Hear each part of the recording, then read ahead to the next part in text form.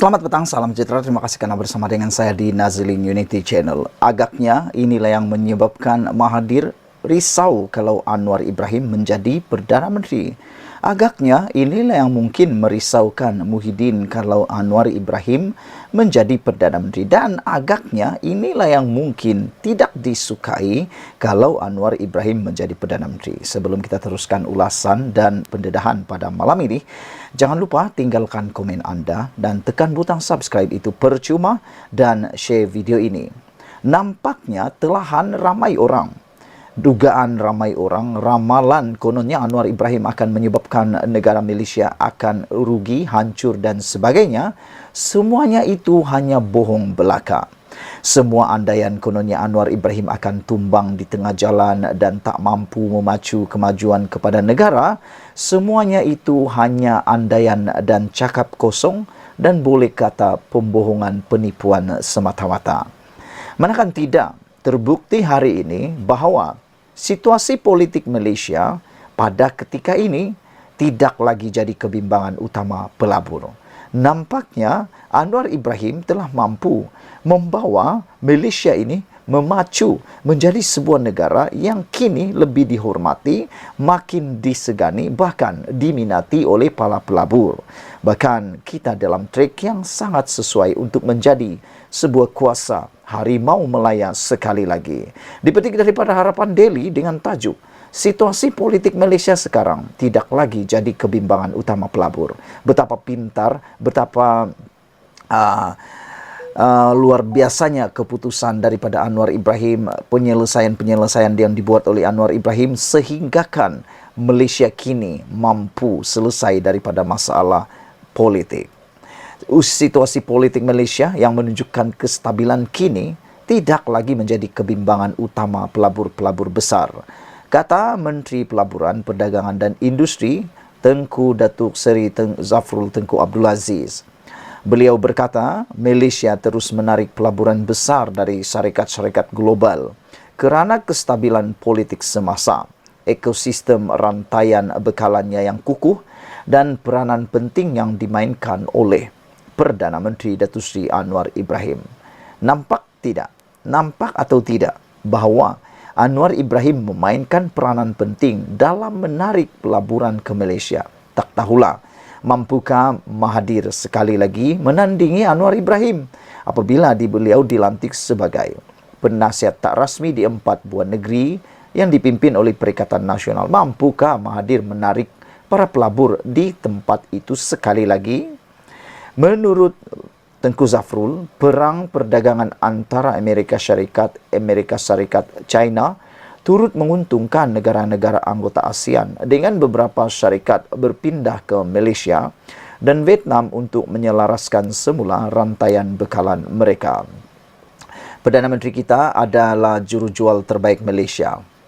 Perdana Menteri kita adalah jurujual terbaik Malaysia, kata Tengku Zafrul. Beliau memudahkan kerja saya, kata Tengku Zafrul secara berseluruh semasa sidang media bersama media Malaysia di luar sesi Perhimpunan Agung PBB UNGA pada ke-78 di New York. Tengku Zafrul menambah, pengaruh dan kerja keras Anwar begitu jelas semasa menghadiri beberapa penglibatan antarabangsa termasuk sidang kemuncak ASEAN di Jakarta baru-baru ini dan lawatan kerja yang begitu padat selama 14 jam ke Nanning, China beberapa hari lepas. Beliau turut menghadiri sambutan Hari Malaysia di Kuching dan kemudian segera terbang ke Nanning dan tiba di sana pada jam 4 pagi. Dalam lawatan singkat Anwar ke Nanning, Perdana Menteri menghadiri beberapa acara dan bertemu dengan Perdana Menteri China Li Xiang. Pertemuan kali ketiga bagi kedua-dua pemimpin untuk tahun ini katanya memetik bernama. Bayangkan saudara-saudara, kalaulah anda nak melantik semula Perdana Menteri Mahathir Mohamad sebagai Perdana Menteri sekali lagi, adakah beliau mampu melakukan apa yang dibuat oleh Anwar Ibrahim ini? Iaitu berangkat daripada Kuching selepas menghadiri Hari Malaysia, terus pula ke Nanning. Dan selama 14 jam begitu padat sampai pukul 4 pagi. Mampukah lagi fizikal Mahathir Mohamad menjadi Perdana Menteri? Itu persoalan kita. Jadi mustahil untuk Mahathir menjadi Perdana Menteri sekali lagi. Anwar turut mengadakan pertemuan dengan pelabur China di Malaysia, China Communication Construction Company (CCCC) dan Huawei, serta menyaksikan pertukaran 3 memorandum persefahaman MOU bernilai RM19.84 bilion antara syarikat dari kedua-dua negara. Sementara itu, Perdana Menteri jangka mengadakan pertemuan dengan ketua-ketua industri apabila tiba di New York pada hari ini untuk menghadiri UNGA, kata Tengku Zafrul. Selain itu, Anwar yang juga Menteri Kewangan Malaysia dijadwal mengambil bahagian dalam perbincangan meja bulat dengan Fortune 500 companies dan sesi penglibatan dengan Invest Malaysia New York. Beliau juga akan mengadakan pertemuan dengan usahawan dan pelabur baru yang berpotensi dari Amerika Syarikat seperti Boeing, Kimberly-Clark, Philip Morris International dan Procter & Gamble PNG. Saudara-saudara sekalian, mendengar penjelasan daripada Tengku Zafrul ini, maka jelaslah bahawa Anwar Ibrahim ialah pemimpin negara kita yang amat kita perlukan pada waktu ini. Sesuai dan tepatlah waktunya Anwar Ibrahim menjadi Perdana Menteri dikala Malaysia di dalam pasca pandemik COVID-19. Malaysia dan seluruh dunia mengalami masa-masa yang sukar di mana ekonomi di seluruh dunia bergolak. Bukan di Malaysia sahaja. Jadi kalau ada orang kata Malaysia saja, itu pembohongan yang ketara. Saya tertarik apabila Tengku Zafrul mengatakan bahawa kekuatan Malaysia datang daripada kehebatan Datuk Seri Anwar Ibrahim yang memacu dan mampu menarik para pelabur di Malaysia. Saya menganggap apa yang dikatakan oleh Tengku Zafrul sebagai sesuatu yang serius walaupun beliau berseloroh. Yaitu apabila dia kata Perdana Menteri kita adalah juru jual terbaik Malaysia. Beliau memudahkan kerja saya, kata Tengku Zafrul. Memang tepat bahawa Anwar Ibrahim adalah orang yang mampu membawa pelaburan. Ini dibuktikan apabila Datuk Seri Anwar Ibrahim sekali lagi berjaya membawa pelaburan bernilai 19.84 bilion ringgit antara kedua-dua negara, iaitu China dan Malaysia. Sekian dulu untuk kali ini. Jangan lupa anda tinggalkan komen anda. Sila tekan butang subscribe, itu percuma. Malaysia kita punya, kita jaga sama-sama. Cintai Malaysiaku. Bye-bye. Selamat petang, salam sejahtera. Terima kasih kerana bersama dengan saya di Nazilin Unity Channel. Ini satu berita baik kepada kita semua. Anwar letak penanda aras yang tinggi untuk sesiapa yang ada angan-angan nak jadi Perdana Menteri. Ini apabila tular di media sosial satu gambar poster yang anda lihat sekarang ini. Di dalam paparan ini, apabila seorang ahli parlimen dalam gambar ini kelihatan seperti menangis dan memohon supaya tarik balik.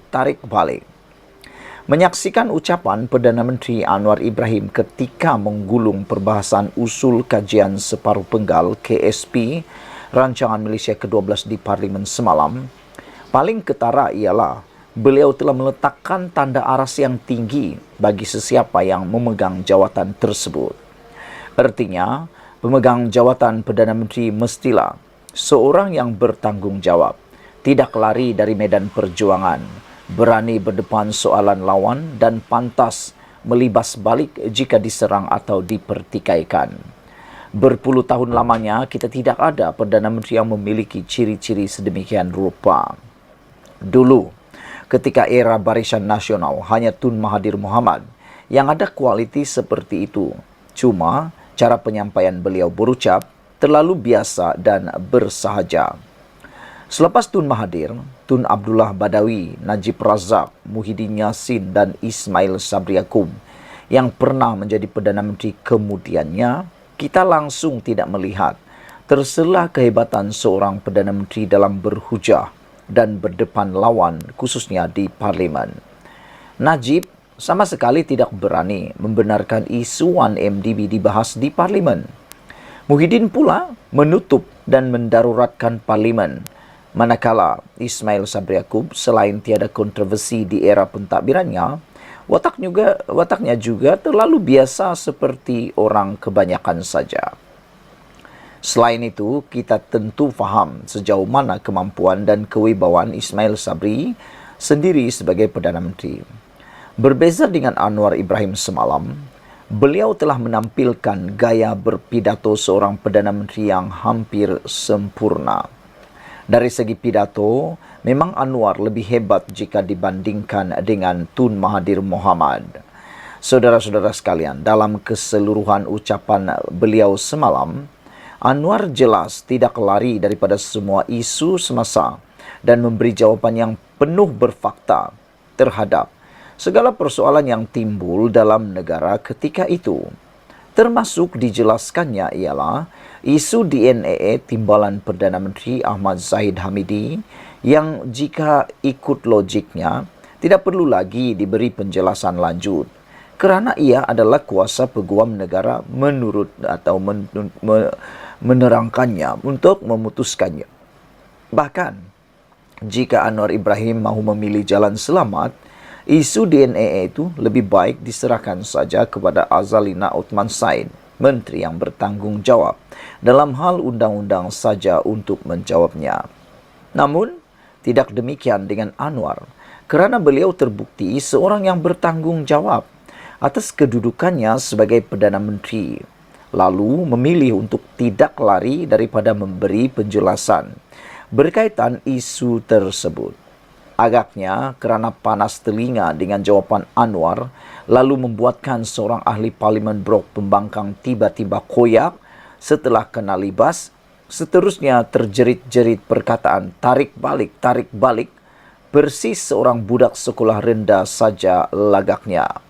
Kemudian seluruh blok pembangkang Perikatan Nasional turut terkoyak dengan mereka keluar secara beramai-ramai meninggalkan Dewan Rakyat. Kenapa mudah sangat mereka koyak?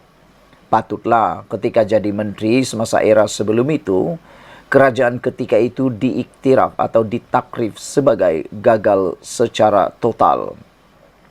Ketika ada kuasa dan berjawatan menteri, mereka tak berfungsi dan entah apa-apa yang dilakukan di kementerian yang diketuai. Bila tiba jadi pembangkang pula, terlalu mudah koyak dan seolah-olah hanya memiliki hati selembut tisu. Mudah kata, mereka ini tidak layak atau tidak layak langsung jadi kerajaan. Jadi menteri jauh sekali untuk mengidam jawatan Perdana Menteri. Kalau jenis ini jadi kerajaan, bakal kembali macam dululah perangai mereka.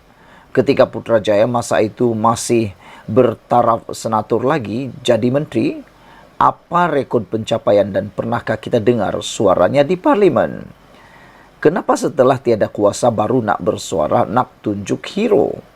Yang nyata, dengan penampilan Anwar Ibrahim semalam di Parlimen, tidak mudah lagi bagi sesiapa berangan-angan untuk jadi Perdana Menteri selepas ini. Sesiapa yang ingin jadi Perdana Menteri mesti ada keberanian, punya rasa tanggungjawab yang jitu, sedia berdepan lawan dan tidak lari daripada medan perjuangan. Kalau rasa-rasa tiada ciri-ciri itu, lebih baiklah berhenti segera daripada berangan-angan nak jadi Perdana Menteri. Jika tidak mampu menandingi Anwar, sekurang-kurangnya biarlah setara dan tidak lebih bawah daripadanya. Perdana Menteri yang sekadar membaca perutusan khas, menghantar kenyataan media dalam bentuk PDF, tidak ada keberanian berhujah dan berdepan lawan, lebih-lebih lagi yang penakut dengan gelanggang Parlimen sehingga memilih jalan darurat, sudah tiada tempat lagi untuk masa depan Malaysia. Ditulis oleh Sabudin Hussein, 20 September 2023. Sekian dulu untuk kali ini. Jangan lupa tinggalkan komen anda. Sila tekan butang subscribe. Malaysia kita punya. Kita jaga sama-sama cintai Malaysiaku. Bye-bye.